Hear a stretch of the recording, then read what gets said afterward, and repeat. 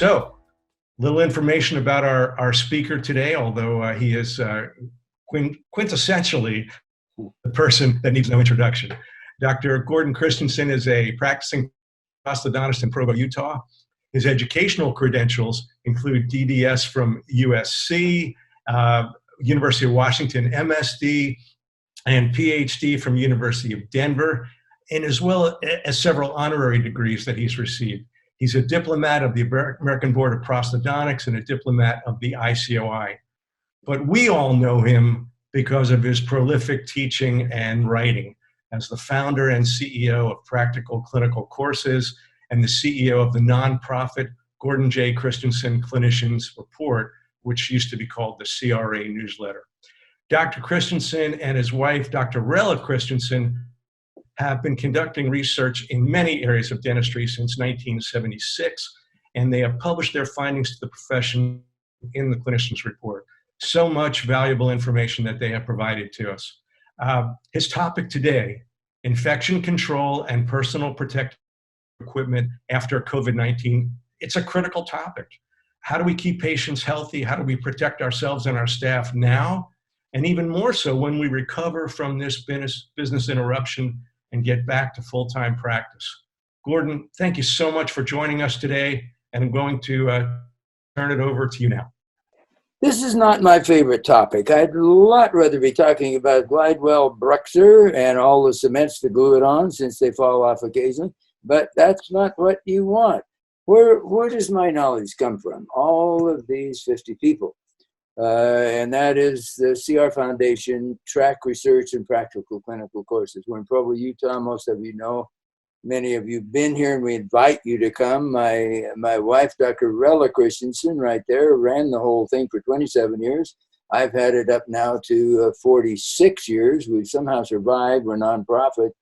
And all of the things that I'm going to talk about today have been researched and evaluated by CR Foundation, either scientists or clinical evaluators. There's some 450 clinical evaluators out in the field. There are two websites I'd like you to be well aware of. Clinicians Report will get you research. I'm going to show you how to get there in a minute.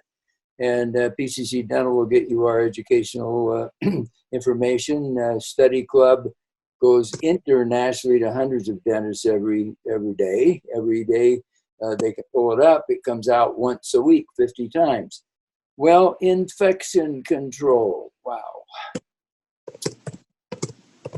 My wife, Dr. Rella Kristensen, is a PhD microbiologist and also is heavily involved with viruses. And one of the major things that has not happened over the past many, many years, like 25, we have not had our products for infection control evaluated for viruses. What are you most interested in dentistry? You think about it. I have one finger that's all fouled up because I perfed the glove and got a herpes infection in it, herpetic whitlow. You think about the viruses. They're far more important than the wimpy microorganisms you can blow your breath on and blow away. Is it getting young kids like that? And the answer is no, no. If you look at the far right of the scale, I'm up in that area. I also have the wrong blood type. I have A. But if you look across there, you will see the mortality rates, and they're depressing. They're not quite as depressing as the flu of 1918 and some of the others. But still, if you're one of those 1.4%, that's 100%. But it's not as high as people make me think. Look at that little kid. He looks so much like I used to look when I was 6. That was during the Second World War. I was terrified. I had lots of little animals, and I got a lot of comfort from that. One of the things that got me to have a PhD in psychology years ago. We need to comfort our children. We need to comfort our families. We need to make them well aware that this is just yet another thing that has come along. Although it's horrible right now, so were other things. I lived through the Second World War, the Korean War. I was in the Vietnam War. We looked at SARS. We looked at Ebola. My goodness, there are a lot of things. And looking at that little kid just makes me think how they're feeling right now. Pretty terrified. How were we taught to treat emergency patients. Let's look at that for a minute. By the way, now, if you subscribe to Clinician's Report, which you're looking at there, and there are now 100,000 subscribers, may I ask you to go to this cliniciansreport.org and click it, and what's going to happen, it will come up in a second, and you will see our report coming up. It's a little slower than I'd like to see it come up, but it did. Now, I'm going to read it now, and this is the report that just came out yesterday. It'll take a second to come up, it looks like. And it has information in it that I would sincerely like you to look at. I'm going to hit a little bit of it. Wow, that's slow coming up, isn't it? It will make it eventually. Bottom line is, there are a lot of things. Now, if you're doing this with me on your own computer, click on there. If you subscribe, it will bring up the total report in just a second. If I keep clicking it, here it comes. It's going to come up in a second. And I want to show you a couple of the pages as it gradually comes up. I guess we've got enough brain on this that it's going to take a few seconds. We put 3 articles in here this month. One of them is the updated one on the latest information on COVID-19. That's the top article. The middle article is on all of the things, not all, some of the things that you've been taught wrong. Okay, here we go. So the first article, updated in the latest dental implications. Read that. You will be amazed at the things we've got in there. A lot of these things are things that you have not heard from the other groups. This second one, Dr. Rella put that together on information that she proved, I'm not kidding, 25 years ago. And during the Reagan time, when he was president, let's make that a little bigger so you can see it. During the Reagan time, the federal government quit testing infection control products. Give me a freaking break. That is ridiculous. When you read this, you will see, I'll hit a little bit of it as I give you some detail. All disinfectants don't kill equally well, and you're using some that really don't work hardly at all. You must pre-clean first. These are things you need to look at. Pre-wet disinfectant wipes, the most sold one in America is a little better than toilet water. Not much. Does the government test these things? Not at all. Not at all. Are face masks adequate? Some of them, not all of them. Do the people teaching infection control things know what they're talking about? I'm a little frustrated with that. I'm not going to ding them anymore. Let's get rid of this piece. And we'll go back to where I was a moment ago. Let's get rid of that. And that, and I'll be back to where we are supposed to be at the moment. Okay, this is what you were taught, or we have this right in the CR report. Look up and down that line. I'm going to be very fast on this. If you got carpet in there, get rid of it. How about complete removal of all essential items in a really... Dr. Christensen? Yes. May I ask you to increase your volume if you can? People are unable to hear you. My volume. I'm as high as I can go. Okay, thank you. Okay, I'll get a little closer where it picks me up a little better, okay? Thank you.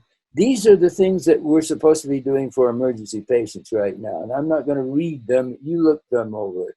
If you bring in an emergency patient, I want you to think, are we going to be the same after this? Because that's where we're going in just a moment. No, we're not.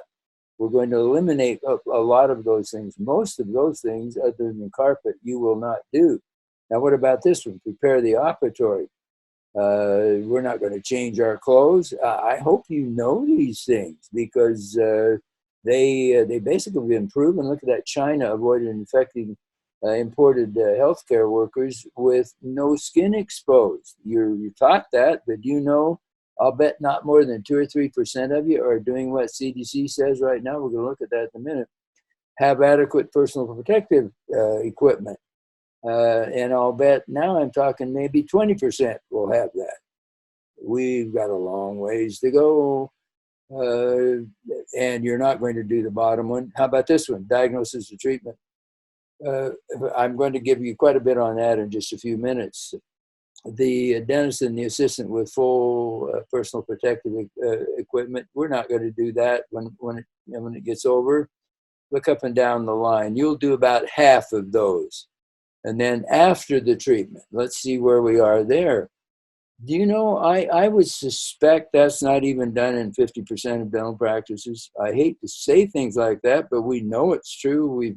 We've polled the public of dentists, and we know that these things are not done. Well, now, so what? Where are we now? By the way, can you hear me better now? Are you hearing okay?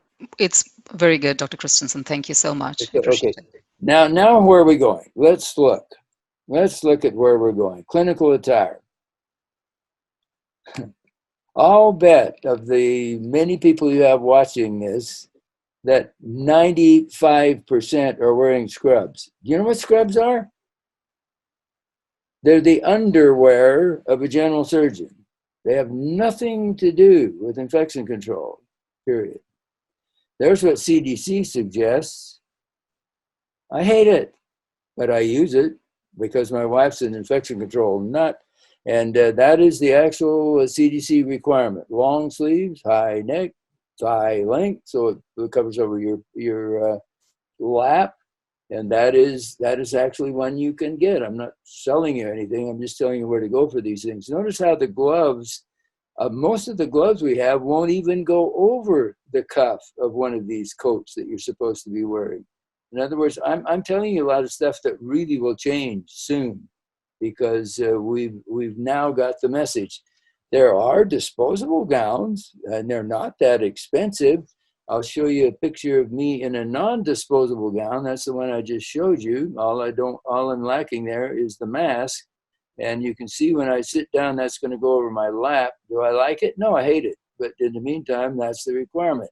Now, there I am geared up, David, for some surgery, minus the mask. And I see dentists going right in with scrubs to do surgery. Are we meeting CDC requirements? Are you kidding? No. Face masks that actually work. Where are we there? We are the kings and queens of making droplets full of the most virulent things you can imagine. Your office is loaded, so is mine, with, well, there's the high speed running 200,000 RPM squirting water out into the air. Here's the low speed running 40,000. Here's the low speed to cut a denture or to cut an occlusal splint or a sleep appliance. We're making more aerosols than any other profession by far. I see many dental offices where the top on that ultrasonic cleaner is open, spreading bugs throughout the entirety of the office that'll last for many, many hours. The lid's got to be on there. Does that disinfect anything? Absolutely not. It's a cesspool.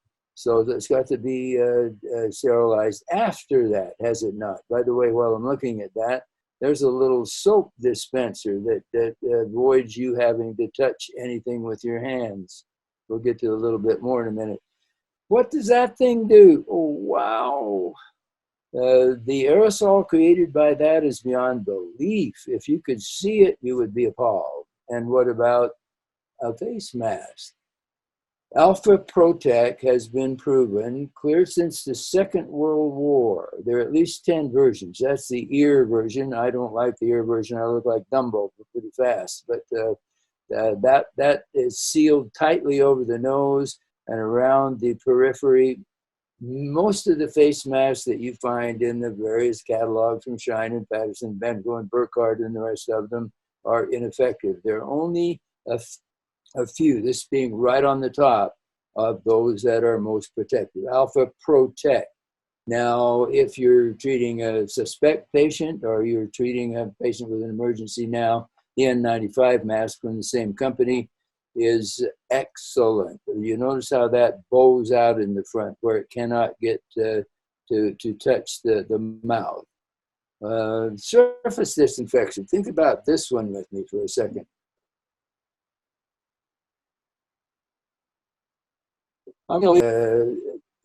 The lack of infection control by the government was thrown away in the Reagan administration. And as much as I like Reagan, this was one thing that should have been brought back.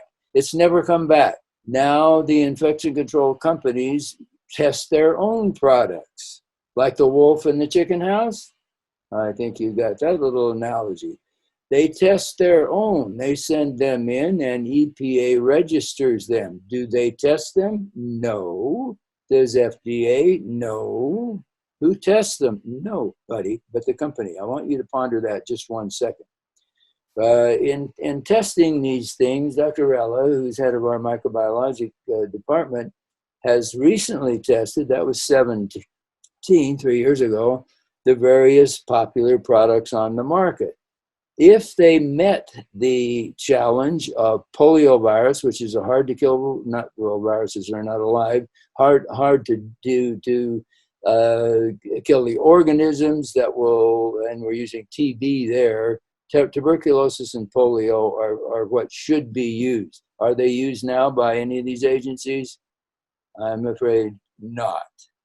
Now, if you want something that's going to kill, it's not the most popular product on the market right there, which is pathetically low. Now let's keep going up. Find what you're using. Lysol used to be pretty potent. Is it now? No. It's still not effective. You've got to leave that on for 10 full minutes to do any good.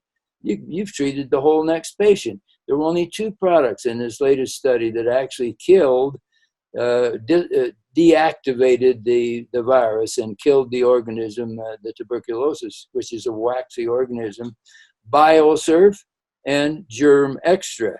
BioSurf is a Canadian product, so is Germ Extra. You cannot get Germ Extra in America, but you can get BioSurf. BioSurf is a high alcohol containing product, and it will kill this virus, It will deactivate the virus in about a minute. So I hope you've listened to what I said there. The majority of American products are, I'm going to say it, useless. Now let's look for just a second. Lysol used to have adequate alcohol in it. However, California passed a law that said they're breathing the fumes of the ethyl alcohol. It didn't matter that they drank it the minute they went home, but they're breathing it. And so they lowered the alcohol content over 20%. And this now has to, if you're using Lysol version 3, it must sit on that countertop for, believe it or not, 10 minutes. You're not going to do that. You would have to make it very moist on the countertop and let it sit for 10 minutes. In other words, it's a nice thing to have around. It's nice for your household things, but don't consider it highly effective for this virus unless you're leaving it on long enough. The CDC keeps harping on Clorox. Clorox is good, but your whole danged office smells like a nursing home. It smells like stale cat pee. I don't know that you really want to use that effectively. Now, the original Lysol was high alcohol. The current one is low alcohol because of California. BioSurf is the only one available in America. I hate to say one product. It really frustrates me. But that product, in about 1 minute, will kill what you're trying to kill, the organisms which have leached onto them the viruses. They've got a new box. The original one was not overwhelmingly good. Now here is BioSurf by Microlium being applied. Look how that's shiny. It's got to be shiny. If it's not shiny, it's not going to sit there even for the 1 minute, let alone 10 minutes. Be careful with some of the cloths you're putting these on with. Some of them have a lot of cotton in and they deactivate the disinfectant.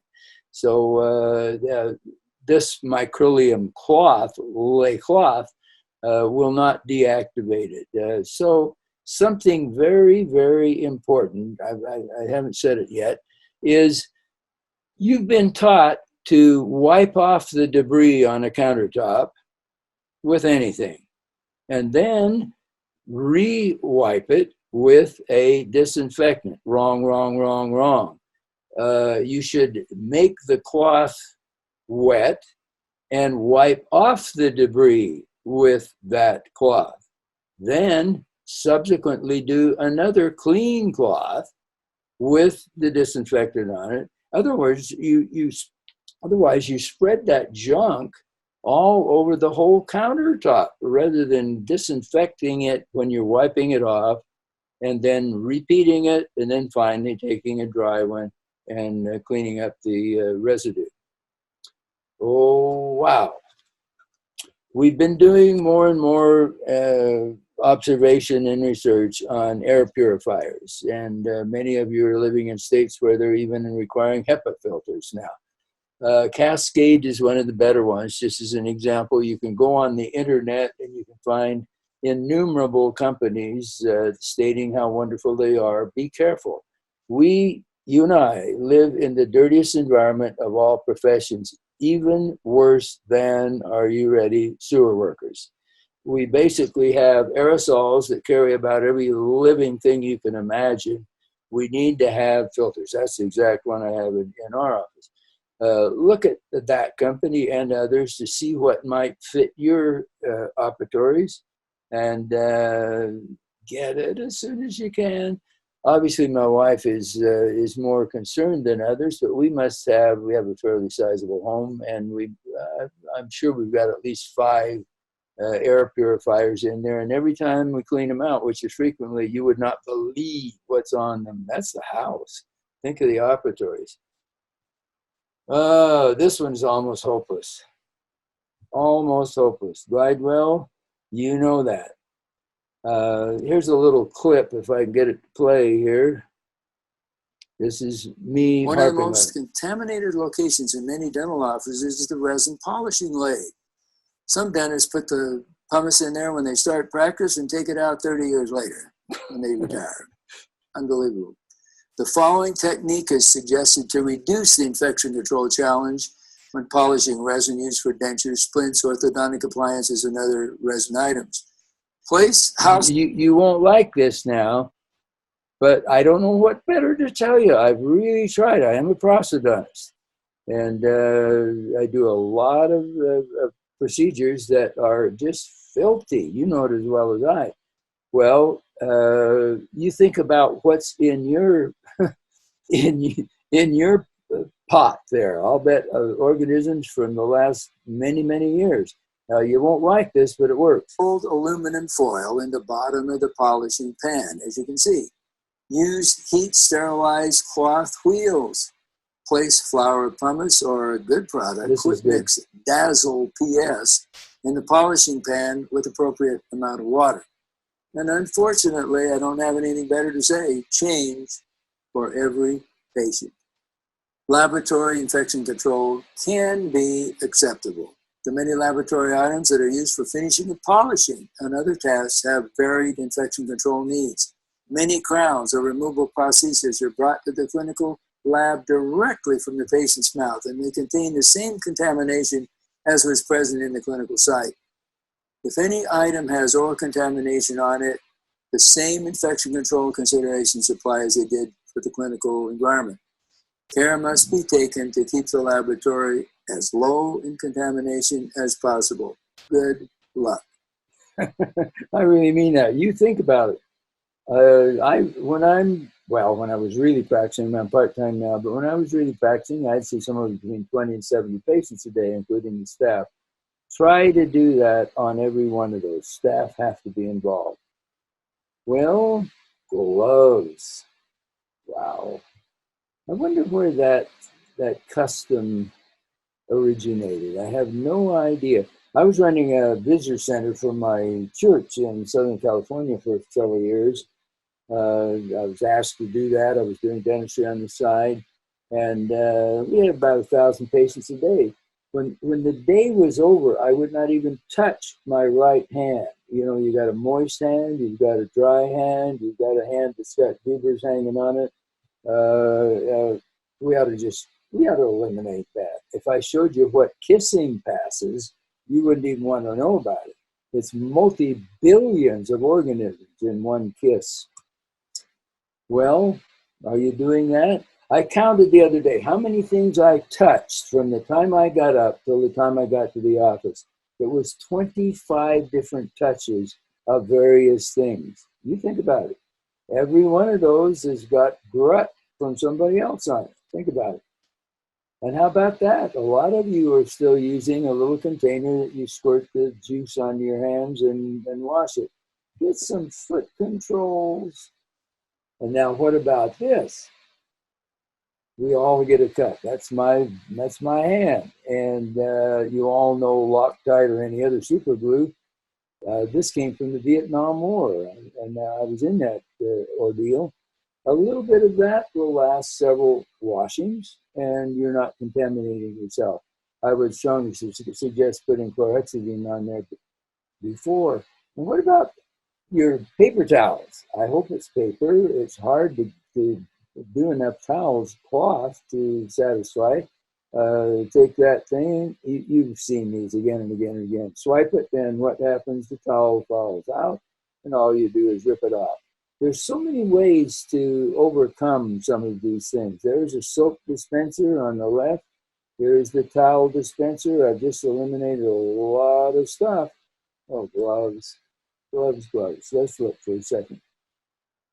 There's a low-budget nitrile, and that particular company and others have either a short cuff, and look at this picture I've taken there. You can see there's a short cuff, and you get me moving my arms hardly at all, that'll pull off and you've got skin showing that. So they have a short and a long cuff. If you're really going with CDC standards, you would get the long cuff for some patients where you're going to be on it for a good period of time. Now, polychloroprene, which is really the old neoprene rubber, is doing very, very well as also a non-latex product, and I'd look seriously at those. Smart Practice does a decent job with them.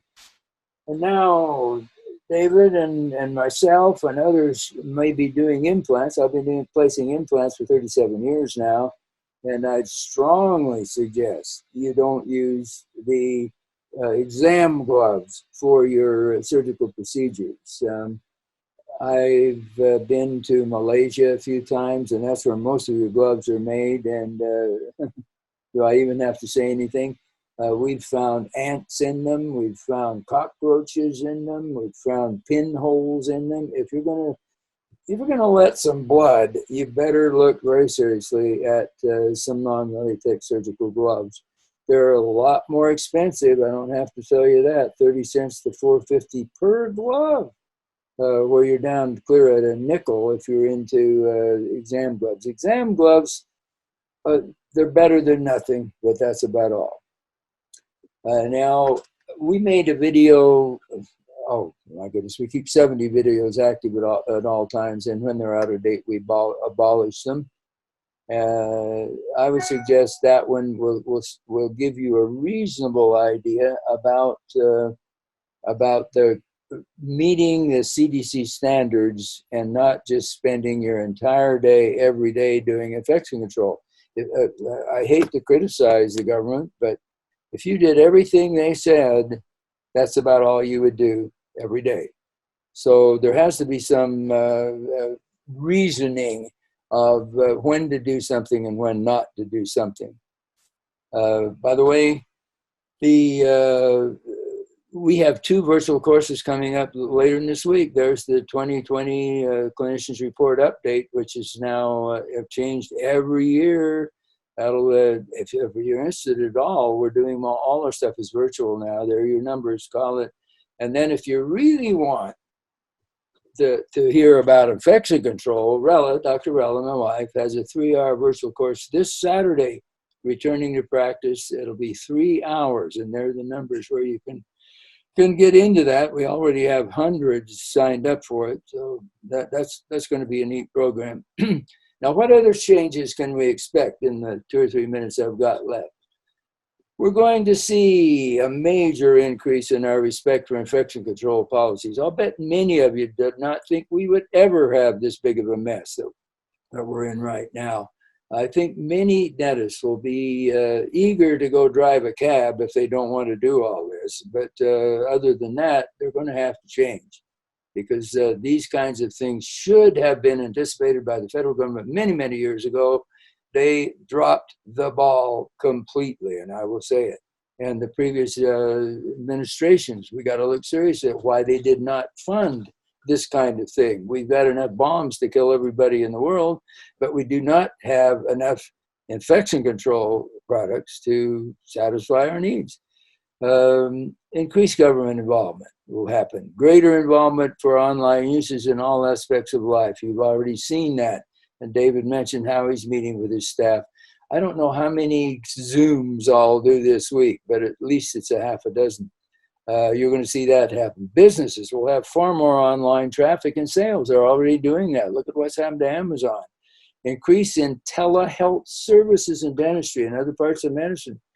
There's no question there. How many times does a patient call in and say, I've got a toothache? Well, how long you had it? Oh, 6 months. Well, you know, it's very easy for us to pop on a telehealth orientation and help that patient without crawling out of bed on a Sunday night. More online educational activities are going to happen. And this thing was haunting me anyway. The 5G wireless will be slowed because of all these economic challenges. Well, where are we? Here's my little summary for you.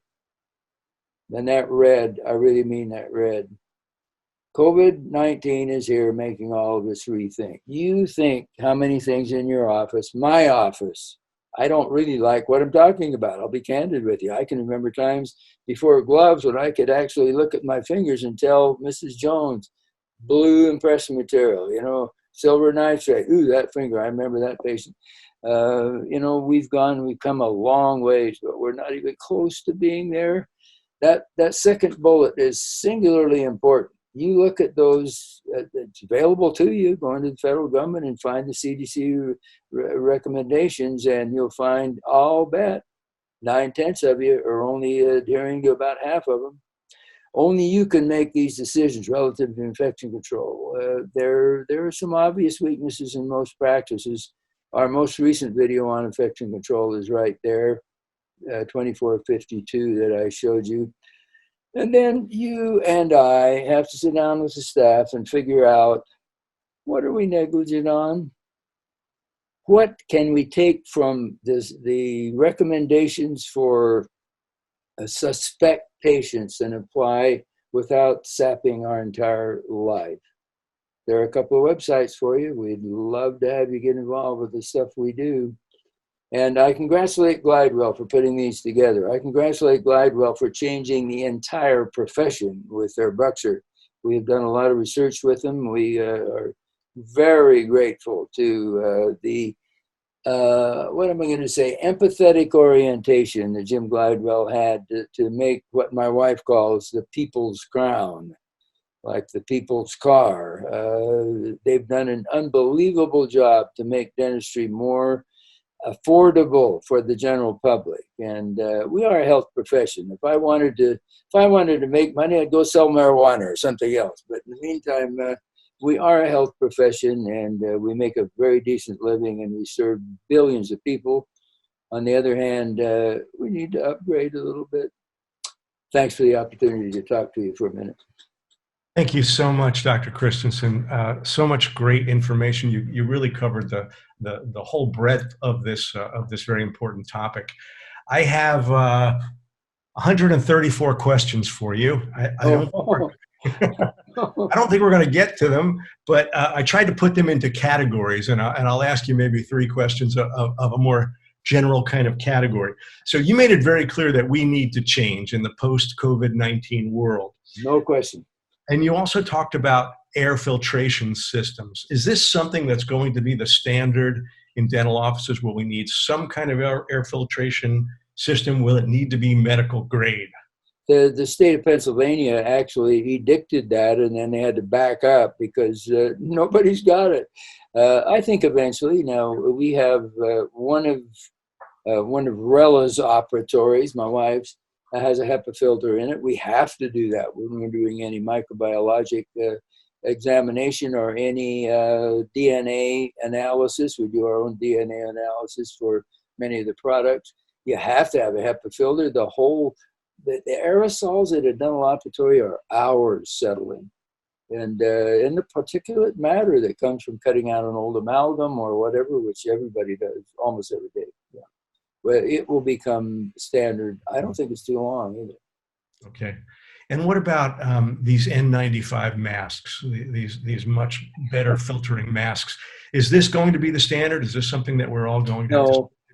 I don't think that will become the standard. The N95, N means there's no filtration of heavy-duty oil. And we don't need that in dentistry. We have slight oil coming from handpieces, but nothing like a machinery factory or something else. So the two masks I showed previously, the one is for just daily use.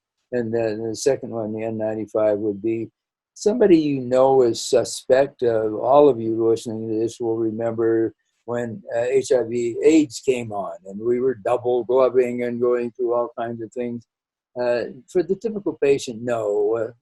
You go to a restaurant and sit down at the table, that table that you're looking at has almost every organism known to mankind on it. And you've lived through those things. The only thing we add to it is blood and mucus and other junk, which a lot of times you'll even have that on a cafe table. And then they take the chair and sit it upside down with the butt sitting on the top when they go home. You remember seeing that constantly?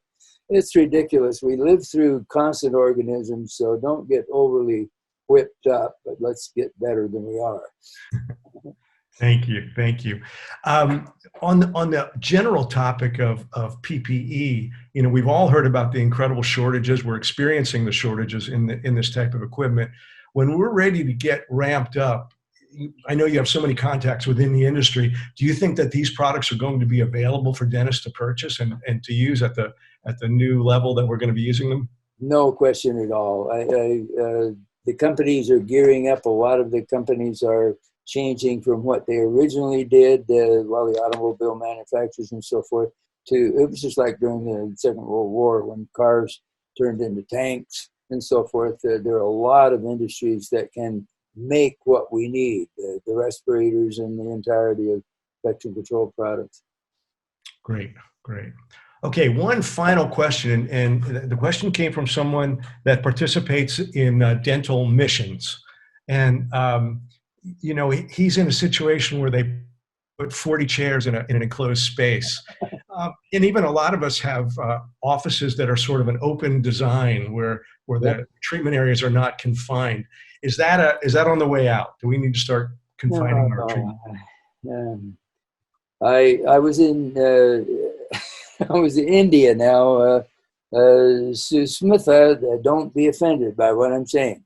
There are excellent dentists in India, and like everywhere else, there are some that aren't. Anyway, I was with a priest, and he was also a dentist. And I said, now, what do you do for infection control? Because I saw people lined up about 100 yards waiting to have him treat them. And he said, lady, I'm a priest. It's an act of God. You know, we go all the way from there in India to excellent dentistry, but we go all the way from there in infection control. I doubt if very many people were killed by him using the same burr on a half a dozen people.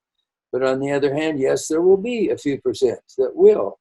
So I guess something as crude as that is better than nothing. I've done a lot of missionary work myself, dental missionary work, and you get into countries where there's one dentist per, I'm not kidding, million people. And so we're not going to do away with that kind of thing. I can remember going into churches where we've set up, as you just said, multiple operatories with bugs flying all over. Just use your best judgment and apply as many of the infection control things that we've talked about as you can. And that was just a minuscule part of what you will hear in Rella's program this coming Saturday. Thank you so much. And I think it's great advice. You know, if we try to do everything, that's going to be all that we do, and we won't be able to. Literally all you would do. I've timed it. If you did everything CDC says, what do? Oh, I get my office clean. That'd be about it. That's it. But we have to do more than that because we have loans to pay and we have a. That's right. So thank you so much, Dr. Christensen. It's always a pleasure. I think in this particularly stressful time, having someone like you that's been a leader in our profession for so many years is particularly comforting. And I thank you so much for spending this time with us. Well, thank you, Neil and Roger and David and the rest of you. It's been my real pleasure to share a moment with you. Thank you so much. And thanks to our panelists. Again, our panelists have answered over 44 questions in writing. The questions and the answers will be posted on our website. And Dr. Christensen mentioned several websites where so much good information is available, on his website. So I would definitely go there. I went there yesterday, got a whole bunch of great information, and I suggest you do the same. Thank you. Thank you, Gordon. Thank you, panel. And thanks to all of you that spent your time with us today. And good luck. And we will definitely get through this. We know that for sure. Thank you. Thank you.